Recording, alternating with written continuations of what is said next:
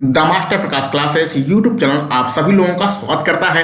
तो शाम के 7 बज चुके हैं और रोज शाम को 7 बजे हम लोग गणित का प्रैक्टिस सेट सॉल्व करते हैं। ये जो आपका गणित का प्रैक्टिस सेट है ये आपकी आगामी शिक्षक भर्ती यानी कि सुपर टेट और आगामी शिक्षक पात्रता परीक्षा यानी कि यूपी टेट, इन दोनों परीक्षाओं के लिए समान रूप से उपयोगी है। पहले हम लोग सुपर टेट की गणित का प्रैक्टिस सेट सॉल्व करते हैं, लेकिन अब उत्तर प्रदेश सरकार की ऐसी मंशा है कि पहले यूपी टेट का पेपर कराया जाएगा, उसके बाद आपका सुपर टेट का एग्जाम होगा। और ये जो यूपी टेट का एग्जाम होगा ये आपके जनवरी से फरवरी के महीने में होने की उम्मीद है, ठीक ना भैया। तो चलिए अपना प्रैक्टिस सेट स्टार्ट करते हैं। प्रैक्टिस सेट स्टार्ट करने से पहले हमें कुछ उद्देश्यों को ध्यान में रखना आवश्यक है, क्योंकि गणित तो बहुत सारे अध्यापक पढ़ाते हैं, लेकिन हम लोग यहाँ पर जो गणित के प्रैक्टिस सेट को सॉल्व कर रहे हैं उसका क्या उद्देश्य है उसको जानना और समझना बहुत ज़्यादा आवश्यक है। और इस चीज़ को हम लोग प्रत्येक वीडियो लेक्चर में बताते हैं। हमारा पहला उद्देश्य है गणित को भैया रोज हमें कुछ ना कुछ नया सीखना है, कुछ ना कुछ हमें नया समझना है, ठीक है। गणित रटने का विषय नहीं होता है। धीरे धीरे करके गणित आप सीखेंगे, समझेंगे, तो गणित में आप कितने भी कमजोर अभ्यर्थी क्यों नहीं हो, आपको गणित धीरे धीरे करके समझने से, सीखने से आने लगेगी। और यही कोशिश करिएगा कि जो सुपर टेट की परीक्षा होती है उसमें जो 20 प्रश्न आते हैं उसमें आप गिरे से गिरी हालत में 15 प्रश्न आपको करना ही है। और अगर आप यूपी टेट का पेपर देने जा रहे हैं तो आपको 30 में से कम 25 प्रश्न आपको करने ही हैं। यह हमारा दूसरा उद्देश्य है, ठीक ना।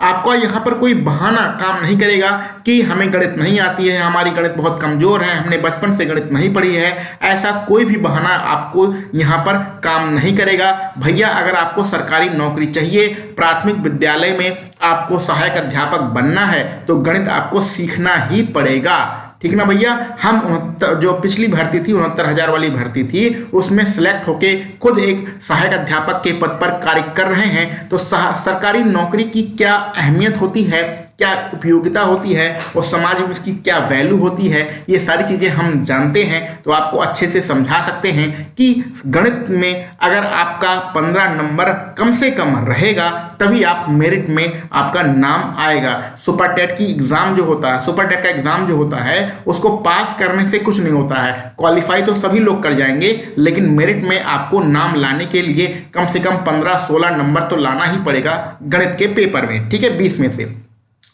और अगला हमारा उद्देश्य होता है कि अपने समय को बचाने के लिए जो भी गणित के प्रश्न आते हैं उसको कुछ ऐसा सीखिए कि 2, 4, 5 प्रश्न आप मौखिक ही सॉल्व कर सकें। प्रश्न को पढ़ें, उसके विकल्प को ध्यान से देखें और फिर चारों विकल्पों में से जो भी हमें अच्छा विकल्प लगे उस पर हम टिक लगा के आगे बढ़ जाएं। इतना हमारा कॉमन सेंस मजबूत होना चाहिए, इतना हमारा दिमाग जो है हमारा एक्टिव रहना चाहिए। तो हमें कुछ प्रश्नों को मौखिक ही सॉल्व करना है, यह हमारा तीसरा उद्देश्य है, ठीक है। तो आप हमारे साथ बने रहिए अगले 3 से 4 महीने तक, जब तक आपका पेपर नहीं होता है। यकीन मानिए गणित में आपको बहुत कुछ सीखने और समझने को मिलेगा और फिर आपकी ये शिकायत बंद हो जाएगी कि हमें गणित नहीं आती है, ये शिकायत आपकी बंद हो जाएगी। तो चलिए डायलॉग बाजी बहुत हो गई, अब हम लोग अपने आज के प्रैक्टिस सेट को स्टार्ट करते हैं। और प्रत्येक जितने भी हम लोग प्रैक्टिस सेट लगाते हैं, एक प्रैक्टिस सेट में 10 प्रश्न होते हैं। तो आज का अपना पहला प्रश्न यहाँ पर देखते हैं। यहाँ पर जो 61 नंबर लिखा है इससे आपका कोई मतलब नहीं है। ये जो प्रश्न लिए गए हैं ये अरविंद पब्लिकेशन की बुक से लिए गए हैं, जिसका PDF जो है टेलीग्राम चैनल पर दिया गया है। तो आप इस टेलीग्राम चैनल को ज्वाइन कर लीजिए, वहां पर इस गणित के जितने भी प्रश्न कराए जा रहे हैं इसका PDF दे दिया जाएगा। तो PDF के लिए आप परेशान ना रहिए। प्रश्न को आप सभी लोगों ने एक बार पढ़ लिया होगा, बहुत ही बेहतरीन प्रश्न है और इसको हम आपको सॉल्व करने का ऐसा तरीका बताते हैं कि आपको समझ लीजिए मजा ही आ जाएगा। चलिए इसको सॉल्व करते हैं, थोड़ा सा समय लगेगा लेकिन आप सीख लेंगे तो फिर बहुत जल्दी जल्दी प्रश्नों को सॉल्व कर आप पाएंगे, ठीक है। चलिए देखते हैं। देखिए यहाँ पर जो आपका 25 पैसे लिखा है ये 50 पैसे लिखा है और ये 1 रुपया लिखा है। तो क्या करिए पहले इसको ऊपर लिख लीजिए। ये है 25 पैसा वाला कॉलम, ये है 50 पैसे वाले कॉलम। थोड़ा सा कॉमन सेंस लगाना है, आंसर हमारा फटाफट आ जाएगा। ये है 1 रुपये वाला कॉलम, ठीक है। अब यहाँ पर पहले यहाँ पर संख्या लिखते हैं और नीचे लिखते हैं मूल्य, ठीक है, बराबर का निशान लगाते हैं। संख्या देखिए, संख्या का जो अनुपात है इनका वो दिया है 5, 2, 3, यानी 25 पैसे वाला जो सिक्का है 5 के अनुपात में है, 50 पैसे वाला 2 के अनुपात में है, और 1 रुपये वाला जो सिक्का है वो 3 के अनुपात में है। ठीक है, अब हमें इसका मूल्य लिखना है। कॉमन सेंस की बात है, कोई ज़्यादा गुणा भाग करने की जरूरत नहीं है कि अगर हमारे पास, आप थोड़ा ऐसा मान के चलिए कि 25 पैसे वाले सिक्के, 25 पैसे के अगर 4 सिक्के मिलते हैं, 25 पैसा 25 पैसा 25 पैसे 25 पैसे 4 सिक्के मिलते हैं तब 1 रुपया होता है। तो इतना तो कॉमन सेंस लगा ही सकते हैं कि अगर 25 पैसे के आपके पास 5 सिक्के हैं तो उसका मूल्य कितना होगा, उसका मूल्य होगा 1 रुपया 25 पैसा। ये हम सारी चीज़ें रुपए में लिखेंगे, जो मूल्य हम लिख रहे हैं वो रुपए में लिख रहे हैं। ठीक है, अगर आपके पास 25 पैसे के 5 सिक्के हों, इसका मतलब उसकी कीमत 1 रुपया 25 पैसा है। ठीक है, तो 1 रुपये 25 पैसे को 1.25 लिखा जाता है। कॉमन सेंस की बात है, इसमें गुणा भाग करने की कोई आवश्यकता नहीं है। क्लियर।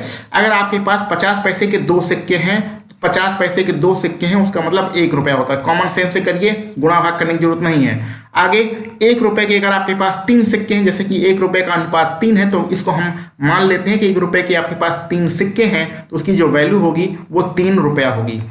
क्लियर। अब यहाँ पर देखिए, ये जो आपका मूल्य निकला है ये अनुपात में मूल्य निकला है। इसको अगर हम जोड़ लें तो 3 1 4 और 4 1 5, 5 रुपया कितना आएगा, 5 रुपया 25 पैसा इसका मूल्य आएगा। लेकिन ये जो मूल्य है ये अनुपातित मूल्य है। ठीक है, अनुपातित योग जिसे हम लोग कहते हैं, अनुपातों का योग है। ठीक है, अब हम क्वेश्चन को आगे पढ़ते हैं। जिनका कुल मूल्य इसमें दिया गया है 252 रुपया, तो 50 पैसे वाले सिक्कों की संख्या क्या होगी ये हमें बताना है।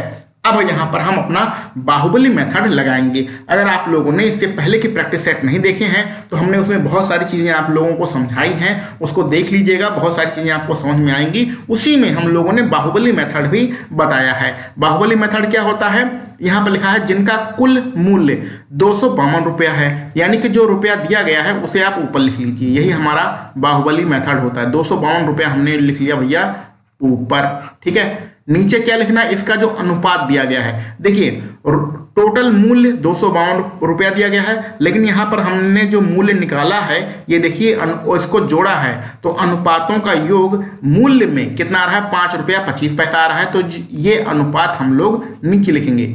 कहने का सीधा मतलब है, फिर से समझ जाइए, अगर आप नए हैं यूट्यूब चैनल पर तो इसको समझ जाइए कि जो रुपया दिया रहता है, एक्चुअल वैल्यू जो दी होती है प्रश्न में, उसको ऊपर लिखते हैं, उसका जो अनुपात होता है उसे नीचे लिखते हैं, और गुणा किसका करते हैं, जो हमें निकालना होता है। निकालना क्या है, 50 पैसे के सिक्कों की संख्या।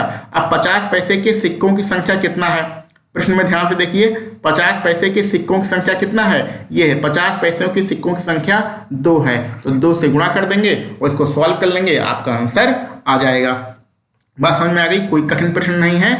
जो रुपया दिया होता है, इसे बाहुबली मेथड में क्या करते हैं भैया, जो रुपया दिया होता है उसे ऊपर लिखते हैं, उस रुपए का जो अनुपात होता है, हमने यहाँ पर निकाला है अनुपात 5.25, इसको नीचे लिखते हैं। जो निकालना है, निकालना क्या है, 50 पैसे के सिक्कों की संख्या उस अनुपात से गुणा करते हैं, तो 50 पैसे के सिक्कों की संख्या का जो अनुपात है वो 2 है, तो 2 से गुणा कर देंगे तो हमारा डायरेक्ट आंसर आ जाएगा। चलिए सॉल्व करते हैं। ये दशमलव यहाँ से हटाएंगे तो 2 जीरो ऊपर चले जाएंगे, इसको 25 से कैंसिल करते हैं, 25 दूनी 50 और 25 से कम 25, इसको 25 से कैंसिल करते हैं तो यहाँ पर लिख देते हैं, और 25 से कम 25 और कितना हो जाएगा आपका 2 उतारेंगे तो 2 में तो जाएगा नहीं बढ़ा, तो 0 बढ़ाएंगे, फिर हो जाएगा 20, 20 में भी बढ़ा नहीं पड़े जाएगा तो 0 बढ़ाएंगे तो हो जाएगा 200, और 25 अट्ठे आपका 200, तो 1008 ऊपर आ रहा है। उसको फिर कैंसिल आउट करें, किससे कैंसिल करें, चलिए 7 से कैंसिल करते हैं, तो 7 त्रिक हो जाएगा भैया 21, और 7 से इसे कैंसिल करेंगे तो कहाँ लिखें, यहीं से में गड़बड़ हो रहा है, चलिए नीचे लिख देते हैं, नीचे लिख देते हैं। ठीक है, तो 7 एकम हो जाएगा 7, हो जाएगा 30, 0 बढ़ाएंगे 30 हो जाएगा, 7 चौक 28 और 7 चौक 28, नीचे है आपका 3 और गुणा है आपका 2। इसको सॉल्व करते हैं, 3 से इसको कैंसिल आउट करते हैं तो 3 चौके 12 और 3 चौके 12 और कितना बचेगा, 2 हो जाएगा 24 हो जाएगा, और 3 अठे 24, 48 का मल्टीप्लाई करेंगे 2 बार तो हो जाएगा 96। 96 कहाँ पर है, आपका विकल्प डी में है, विकल्प डी आपका यहाँ पर बिल्कुल सही है। तो गुणा भाग तो आप लोग कर ही लेंगे, इसमें कोई दिक्कत नहीं है, लेकिन इस प्रश्न में जो मेथड हमने लगाया है उसको आप समझ लीजिए। तो इस प्रकार का जब भी आपको प्रश्न मिले आप इसी तरीके से प्रश्न लगाइएगा, कभी गलत आपका नहीं होगा। पहले यहाँ पर संख्या लिख लेंगे, जो उसका संख्या का अनुपात दिया रहेगा, फिर उसका मूल्य निकाल लेंगे। मूल्य निकालना आप सभी लोग जानते हैं, रुपए पैसे को जोड़ना सबको आता है, तो रुपए पैसे कैसे जोड़ा जाता है वो आपको बताने की आवश्यकता नहीं है। बहुत ही अच्छा प्रश्न था और इसको उसी प्रकार से बेहतरीन तरीके से लगाया गया है। उम्मीद है आपको समझ में आ गया होगा। चलिए आगे बढ़ते हैं अपने अगले प्रश्न पर। प्रश्न को ध्यान से देख लीजिए, इसमें आपको एक बेहतरीन सी ट्रिक बताने वाले हैं।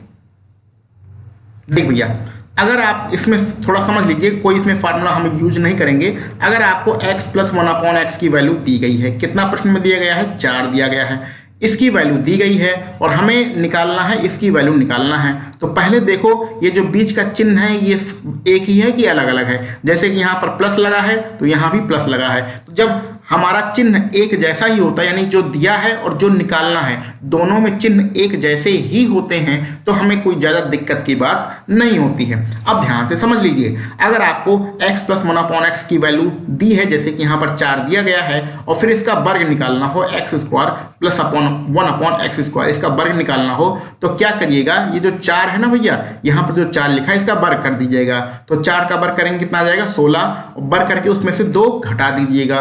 क्या करना है, जो वैल्यू दी गई होती है उसका वर्ग कर दीजिए और फिर उसमें से 2 घटा दीजिए, तो आपका x² + 1/x² की वैल्यू आ जाएगी। तो कितना आएगा, 4 का वर्ग 16, 2 घटाया कितना आ गया भैया, 14। अब फिर इसका वर्ग निकालना है, यानी कि 2 घात फिर बढ़ाना है। तो इसका जब वर्ग फिर निकालना है तो इसका वर्ग करेंगे तो x⁴ + 1/x⁴ आएगा। तो फिर वही कर दीजिए। क्या करिए भैया, 1 मिनट पेन का कलर चेंज करते हैं। हाँ, क्या करिए, आपकी बार हमारा 14 है, ठीक है, और इसका हमें वर्ग करना है। किसका वर्ग करना है, इसका वर्ग करेंगे। तो जब वर्ग करेंगे तो यहाँ 4 घातें आ जाएंगी और 14 का वर्ग करेंगे तो होता है 14 का वर्ग 196 और उसमें से 2 घटा दीजिए। तो वर्ग करके 2 घटाना है, तो 196 में से 2 घटाएंगे तो 194 आपका आंसर आ जाएगा। कहाँ पर है, पहला विकल्प आपका बिल्कुल सही है। तो ये तरीका आप समझ में आया कि जो आपके प्रश्न में दिया गया हो, चिन्ह अगर दोनों का बराबर हो, जैसे कि यहाँ पर प्लस था, यहाँ पर प्लस था, दोनों चिन्ह बराबर हों, तो क्या करते हैं, वर्ग निकालने के लिए उसका वर्ग करते हैं, फिर 2 घटा देते हैं, और फिर अगर घात 4 लानी हो तो फिर एक बार जो आया है उसका वर्ग कर देते हैं और फिर उसमें से 2 घटा देते हैं। ठीक है, तो ये इधर की चीज तो हमने समझाने के लिए आपको लिखा है। अगर ये प्रश्न आपके पेपर में आ जाए तो आपको इतना करना है, जैसे ही आपने यहाँ 4 देखा, जैसे ही आपने यहाँ पर 4 देखा तो 4 का वर्ग 16 किया, 16 में से 2 घटाए, यहाँ पर 14 आ गया। फिर आपने देखा यहाँ पर तो 4 घात निकालनी है, यानी कि 2 बार हमें करना पड़ेगा। तो 14 का वर्ग 196 किया, इसमें से फिर 2 घटाया तो आपका 194 आंसर आ जाएगा। बस इतना ही लिखना है पेपर में। क्लियर? ठीक है, मुश्किल से ये 10 सेकंड का प्रश्न है अगर ये परीक्षा में आता है तो, और आपको 10 सेकंड में ही सॉल्व करना है। आगे बढ़ते हैं अपने अगले प्रश्न पर। प्रश्न बहुत बढ़िया है, इसका चित्र बनाना पड़ेगा। तो चलिए पहले चित्र इसका बनाते हैं। एक त्रिभुज बनाना है पहले, जिसका नाम है ABC। तो चलो भैया, एक बढ़िया से चित्र बन चुका है। क्या नाम है, ABC। ऊपर हम A मानते हैं, यहाँ पर नीचे B मानते हैं और यहाँ पर अगले C मानते हैं, जिसमें AB यानी ये वाली भुजा और AC यानी ये वाली भुजा बराबर है। और हम लोग हम लोग जानते हैं कि जब आमने सामने की भुजाएं बराबर होती हैं तो इस भुजा के यानी AB के सामने ये वाला कोण और AC के सामने ये वाला कोण, ये दोनों कोण भी बराबर होते हैं। बराबर भुजाओं के सामने के कोण भी बराबर होते हैं, ये हम जानते हैं। तो इसको हमने कोण को बराबर कर लिया है, B और C वाला कोण बराबर होगा। प्रश्न में आपका BAC 40 दिया गया है, यानी कि BAC ये वाला कोण आपको 40 दिया गया है। तो B का बाह्य कोण निकालना है। B का बाह्य कोण मतलब ये वाला कोण, B का बाह्य कोण, ये B का अंदर वाला कोण, ये वाला भैया अंदर वाला कोण है, और बाह्य कोण ये वाला कोण निकालना है आपको। ठीक है, ये वाला कोण बाह्य कोण निकालना है। चलिए ध्यान से देखिए, त्रिभुज ABC में अंदर देखिए ध्यान से, त्रिभुज ABC में तीनों कोण कितने होते हैं, 180 होते हैं। ऊपर वाला आपको 40 दिया गया है, तो बाकी के दोनों कोण कितने होंगे, 180 में से 40 घटा देंगे तो आपका 140 आएगा। लेकिन हमें पता है कि दोनों कोण, अंदर वाले दोनों कोण बराबर हैं, यानी B और C बराबर हैं, तो इसका मतलब ये भी 70 होगा और ये भी 70 होगा। तभी तो बराबर है, तभी तो दोनों मिला के 140 होना चाहिए। तब ये 70 होगा, तभी तो दोनों मिला के 140 होगा, क्योंकि दोनों बराबर हैं। ये बात समझ में आई। अब आपको बी का अंदर वाला कोण पूछा जाता तो 70 आपका आंसर हो जाता है, लेकिन ये बाह्य कोण पूछ रहा है तो बाहरी कोण निकालने के लिए आपको पता है ये अगर लाइन है, एक लाइन पर बने हुए जो कोण होते हैं कितने होते हैं भैया, 180 होते हैं। इसमें से एक तरफ वाला कोण कितना दिया है, 70 दिया है, तो इस हर बाहर वाला कोण कितना होगा, 180 में से 70 घटा देंगे तो ये वाला कोण निकल के आ जाएगा भैया 110। 110 कहाँ पर है, आपका विकल्प डी में है। विकल्प डी आपका बिल्कुल सही रहेगा। आसान प्रश्न है, कोई बहुत ज़्यादा इसमें दिमाग लगाने की आवश्यकता नहीं है। चलिए आगे बढ़ते हैं अपने अगले प्रश्न पर।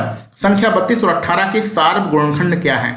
ये ऐसा प्रश्न है जो इसमें थोड़ा कुछ बच्चे फंस जाएंगे कि गुणनखंड होता क्या है। तो गुणनखंड का मतलब होता है कि भैया यहाँ पर 32 लिख लो और फिर यहाँ पर 18 लिख लो। अब ऐसी जितनी भी संख्याएं हैं जिसका पहाड़ा 32 में जाता है उसको लिख लो, वही उसका गुणनखंड होता है। जैसे 1 का पहाड़ा 32 में चला जाएगा, 2 का पहाड़ा भी 32 में जाएगा, 3 का तो जाएगा नहीं, 4 का भी जाएगा, 5 का जाएगा नहीं, 6 का नहीं जाएगा, 7 का नहीं जाएगा, 8 का भी चला जाएगा, 8 चौक 32, और फिर हो जाएगा 16 का पहाड़ा भी जाएगा, और फिर जाएगा 32 का पहाड़ा भी चला जाएगा। इसलिए 1, 2, 4, 8, 16, 32 ये हमारे 32 के गुणनखंड होते हैं। इसी प्रकार 18 का लिख लीजिए। 18 में एक, अच्छा कुछ लोग कहते हैं भैया 1 का पहाड़ा नहीं होता, एक सबसे कट जाता है, ठीक है, तो 1 का पहाड़ा होता है। तो 18 2 से भी कट जाएगा, 18 3 से भी कट जाएगा, 18 आपका 4 से तो कटेगा नहीं, 5 से नहीं कटेगा, 6 से कट जाएगा, 9 से कट जाएगा, और 18 एकम 18 यानी 18 से भी कट जाएगा। तो ऐसी गिनती लिखना है जिसका पहाड़ा इन दोनों गिनतियों में जाता है। तो सार्व का मतलब होता है उभयनिष्ठ। तो इसमें देखिए कौन सा उभयनिष्ठ है, इसमें ये वाला जो है 1 और 2 दोनों में उभयनिष्ठ है। तो 1 और 2 दोनों में उभयनिष्ठ है, यही इसका सार्व गुणनखंड होता है। तो इस प्रकार से हमें सार्व गुणनखंड निकालना है, कुछ नहीं करना है, दोनों संख्याएं लिख लेनी है। जिस गिनती का पहाड़ा इन दोनों संख्याओं में जाता है उसको लिख लीजिए, उन दोनों में से जो उभयनिष्ठ हो वही हमारा आंसर है। तो 1 और 2 हमारा आंसर होगा। इस प्रकार के आसान प्रश्न आपकी परीक्षा में आते हैं, इसको तो कर सकते हैं, बिल्कुल फ्री फंड के कोई नंबर देने वाले ये प्रश्न है। इसमें क्या करना है, प्रत्येक 8 के स्थानीय मान निकालना है। तो पहला 8 कहाँ है, यहाँ पर है, तो इसका स्थानीय मान निकालने के लिए क्या करते हैं कि ये पहले 8 लिख लीजिए, इस 8 के आगे जितने अंक हैं उतने 0 लिख लीजिए। तो 8 के आगे कितने अंक हैं, 1 2 3 4 अंक हैं, तो 4 0 यहाँ पर लिख लीजिए, ठीक है। अगला 8 कहाँ है, अगला 8 आपका ये रहा भैया, ये रहा, ठीक है। तो अगला 8 आपका ये है, ठीक है। और इसके आगे कितने अंक हैं, 1 अंक, 8 के आगे सिर्फ 1 अंक है, यानी कि 1 0 रहेगा। तो पहले वाले 8 का मान है कितना, 80,000, दूसरे वाले 8 का मान है 80। इसका अंतर क्या होगा, तो बड़े में से छोटा लीजिए, घटा दीजिए, यही इसका अंतर होगा, ठीक है। कितना आसान सा प्रश्न है। यहाँ बचेगा 2, यहाँ बचेगा 9, यहाँ बचेगा 9, यहाँ बचेगा 7। कहाँ पर आ रहा है, विकल्प ए हमारा बिल्कुल सही है। कुछ नहीं करना था, फ्री फंड का क्वेश्चन है, कक्षा ये 5 और 6 में पढ़ाया जाता है। आगे बढ़ते हैं 66 नंबर पर, यह भी आसान है, कोई दिक्कत नहीं है। आपको यहाँ पर मान वैल्यू पुट करनी है, आंसर आपका आ जाएगा। देखिए क्या करना है, ये जो ए का मान है, ए का मान कितना भैया 2x, ए का मान कितना है 2x, इस ए के मान को यहाँ पर लाके रख दीजिए, ठीक है। तो चलिए रखते हैं, ये 4 मल्टीप्लाई ए का मान, ये वाला समीकरण हम लिख रहे हैं, ये वाला समीकरण हम लिख रहे हैं, 4 लिखा, ए का मान पहले वाले समीकरण से रख देते हैं, कितना भैया 2x है, बराबर कितना है 2b है, ये 2 से 2 कट गया, हमें निकालना क्या है, x/b निकालना है। तो x यहाँ पर रहेगा, b त्रिगुणा होके x के नीचे पहुँच जाएगा, और इधर तो कुछ बचा नहीं, यानी 1 है, 4 त्रिगुणा होके इस तरफ पहुँच जाएगा। तो x/b बराबर आ जाएगा कितना, 1/4। पहला विकल्प आपका यहाँ पर बिल्कुल सही है। गुणनखंड करना मतलब गुणा भाग करना आ गया, त्रिगुणा कैसे किया है, b को इधर लाए हैं और 4 को इधर ले गए हैं। क्लियर, कोई दिक्कत की बात नहीं, बहुत ही आसान प्रश्न है। चलिए आगे बढ़ते हैं। 2-4 प्रश्न तो इस प्रैक्टिस सेट में बहुत ही आसान मिले हैं। और आप लोग भैया क्या करिएगा कि हम लोगों का ये बिल्कुल नया यूट्यूब चैनल है, आप लोगों के लिए ही बनाए हैं, दिन रात आपके लिए ही मेहनत करते हैं। यानी कि जॉब से आने के बाद जो भी समय मिलता है 1-2 घंटे का, उसमें हम लोग सिर्फ आपके लिए वीडियो ही बनाते हैं। तो अपने दोस्तों में, मित्रों में इस यूट्यूब चैनल को शेयर कर दीजिएगा, इस वीडियो के बारे में बता दीजिएगा, जिससे हम लोगों के और भी धीरे धीरे करके सब्सक्राइबर बढ़ सकें और आप लोगों का परिवार और भी ज़्यादा आगे जा सके। तो सब्सक्राइब करिएगा, लाइक करिएगा और अपने दोस्तों में इस वीडियो को शेयर भी करिएगा। और पीडीएफ के लिए परेशान मत रहिए, टेलीग्राम चैनल को ज्वाइन कर लीजिए, वहां पर पीडीएफ दी गई है। आगे बढ़ते हैं 67 नंबर के प्रश्न पर। 5 पुस्तकों का मूल्य 20 है, 4 पेनों का मूल्य 12 है, 8 पुस्तकों और 10 पेनों का मूल्य। अच्छा, कितना आसान प्रश्न है। समीकरण मत बनाइएगा, प्रश्न पढ़ के आप लोगों के मन में आ रहा होगा चलो समीकरण बना ले। समीकरण बनाने की गलती प्रश्न में मत करिएगा, ध्यान से पढ़िए।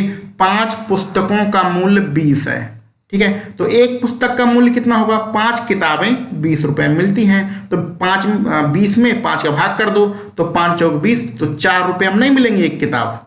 कितना आसान सा किताब। यहाँ पर किताब की अगर बात करें तो एक किताब 4 रुपये मिलेगी, कोई इसमें बहुत ज़्यादा दिक्कत की बात है नहीं। अब पेन पर आओ, 4 पेन कितने मिल रहा है? 12 रुपये मिल रहा है, तो एक पेन कितने मिलेगा? 4 का भाग कर दो तो 3 रुपये में मिलेगा।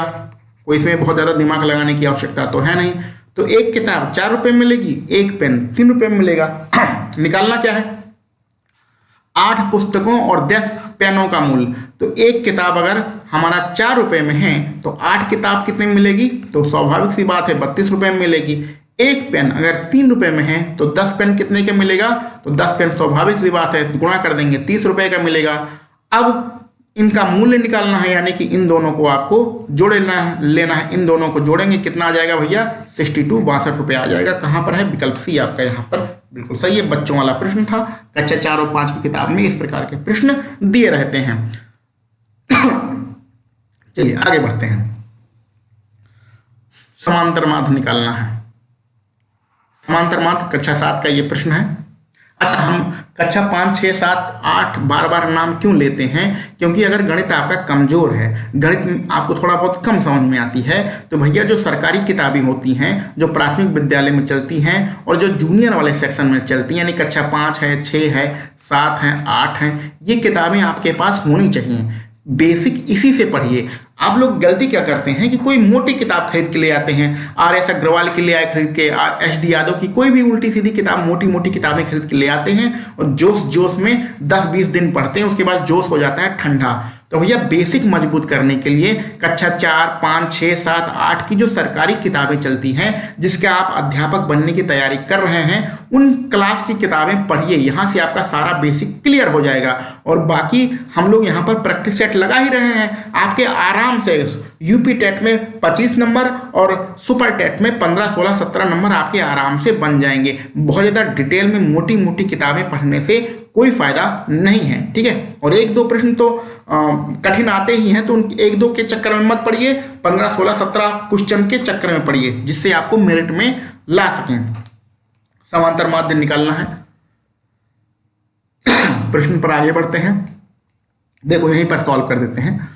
समांतर माध्य निकालने के लिए ये जो आयु दी गई है, पहला हमारा सारणी है आयु की, दूसरा हमारा बारंबारता की। बारंबारता का मतलब होता है कि 4 वर्ष की जो आयु है ये हमारी 2 बार है। बारंबारता मतलब होता है कौन सी चीज कितने बार आती है। 6 वर्ष की आयु का जो बच्चे हैं वो 3 बार हैं, यानी 3 लोग 6 वर्ष के हैं। 8 वर्ष के 4 लोग हैं और 3 वर्ष के 1 लोग हैं। तो बारंबारता का मतलब होता है कौन सी चीज कितनी बार आती है। तो पहले इस बारंबारता को जोड़ लीजिए। 3, 2, 5 और 5, 5 हो गया कितना भैया? 10। बारंबारता को हमने जोड़ लिया। ऊपर क्या करना होता है? इन दोनों का गुणा करना होता है, इन दोनों सारणियों का गुणा करना होता है। यानी 4 का 8 में करिए, 6 का 3 में करिए, 8 का 4 में करिए और यहाँ पर 3 का 1 में करिए। तो चलिए पहले सारणी करते हैं, इनका आपस में गुणा करते हैं। तो 4 दूनी कितना हो जाएगा? 8 हो जाएगा। समांतर माध्य हम लोग सॉल्व कर रहे हैं। क्षेत्र कितना हो जाएगा? 18 हो जाएगा। और 8 चौक कितना हो जाएगा भैया? 32 हो जाएगा। और 3 एकम कितना हो जाएगा? 3। उसके बाद क्या करिए, जो आपने जो बारंबारता जोड़ी है, कितना जोड़ा है? 10। इसका आप भाग कर दीजिए, आपका आंसर आ जाएगा। तो गुणा करके, दोनों को आपस में गुणा करके जोड़ दीजिए और फिर जितनी बारंबारता है टोटल उसको आपका भाग कर दीजिए। तो इसको जोड़ेंगे तो ऊपर कितना आ जाएगा? 61 आ जाएगा। नीचे है 10, 10 का भाग करेंगे। अच्छा, भाग नहीं करना है, जब यहाँ पर 0 है तो पीछे से 1 अंक के बाद दशमलव लग जाएगा, यानी कि 6.1 आपका आंसर रहेगा। कहाँ पर है? आपका पहला विकल्प यहाँ पर बिल्कुल सही है, ठीक है। चलो भैया आगे बढ़ते हैं। जबरदस्त सवाल आ चुका है। आपको AQ माइनस BQ का यहां पर फॉर्मूला लगाना है, कैलकुलेशन करनी पड़ेगी इस प्रश्न में। तो चलिए कल करते हैं कैलकुलेशन, क्या किया जाए। कैलकुलेशन तो करना ही पड़ेगा, कैलकुलेशन से हम लोग भाग नहीं सकते हैं। फार्मूला अगर आपको नहीं पता है तो चलिए फार्मूला यहाँ पर हम लोग लिख देते हैं। फार्मूला यहाँ पर लगेगा a माइनस बी का होल क्यूब बराबर a क्यूब माइनस के बी क्यूब माइनस के 3ab और अगेन a माइनस बी। यही फार्मूला हमारा लगाना है। यहाँ पर a की वैल्यू है 4x, b की वैल्यू है 5z और xy की वैल्यू दी गई है 12 और ये वैल्यू हमें निकालना है। ठीक है, चलिए फार्मूला यूज करते हैं। तो 4x माइनस के 5z, इसको a माना है और इसको b माना है, होल क्यूब बराबर। अब a क्यू की बात करते हैं। a की वैल्यू है 4x और b की वैल्यू है 5z। इसका जब क्यू करेंगे तो 4 का यहाँ a क्यू की वैल्यू लिख रहे हैं तो 4 का वर्ग करेंगे, 4 चौके 16, 16 चौके होता है 64, 64x स्क्वायर माइनस 5 का करेंगे 5 25, 25 पंचे 125, 125 z क्यूब। ठीक है, माइनस 3, a की वैल्यू है 4x और b की वैल्यू है कितना 5z। ठीक है, यहाँ पर लिख देते हैं, चलिए लिख दें। a की वैल्यू भैया 4x है और b की वैल्यू है 5z। अब हम लोग फार्मूला ये 52 नहीं है, z है, ये z है। ठीक है, अब a माइनस बी लिखना है। a की वैल्यू है कितना, चलिए इसको हाँ लिख देते हैं 4x माइनस के 5z। ठीक है, आगे बढ़ते हैं।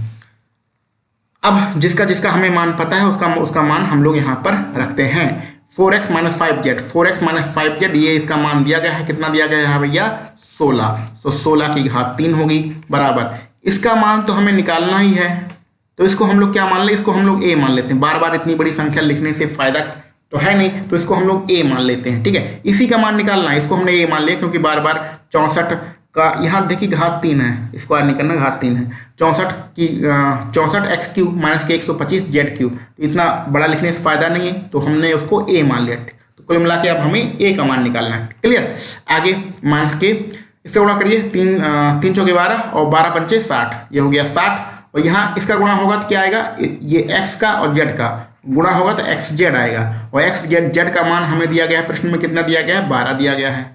ठीक है, और ये देखिए 4x माइनस के 5z, इसका मान प्रश्न में कितना दिया गया है 16 दिया गया है। चलिए सबको सॉल्व कर लेते हैं। जब हम 16 की घात 3 करेंगे तो घनमूल वर्गमूल सब लोग आप रख लीजिएगा, नहीं कर पाते हैं तो 16 गुणे 16 गुणे 16 कर लीजिएगा, तो 40 96 इसका आंसर आएगा। a माइनस के 60 का 12 में गुणा करिएगा, फिर जितना आएगा उसका 16 में गुणा करिएगा, तो इसका जो आंसर आएगा 11520 आ जाएगा। ये इधर जाके जुड़ जाएगा तो a की वैल्यू हमें निकल आएगी और a की वैल्यू कितनी आएगी भैया, a की वैल्यू आएगी आपका 15616, 15616 कहाँ पर है आपका पहला विकल्प यहाँ पर बिल्कुल सही है। कुछ नहीं करना था, थोड़ा सा कैलकुलेशन था, गुणा भाग आप सभी लोग कर ही लेंगे। एक छोटा सा a cube minus B cube का यहाँ पर फार्मूला लगाना था। उम्मीद है आपको ये सारी चीजें समझ में आ रही होंगी। आगे बढ़ते हैं। अच्छा, अगर कोई प्रॉब्लम हो, कोई दिक्कत हो तो आप सभी लोग कमेंट बॉक्स में जरूर बताइएगा। ठीक है, आगे बढ़ते हैं आज के अपने आखिरी प्रश्न पर।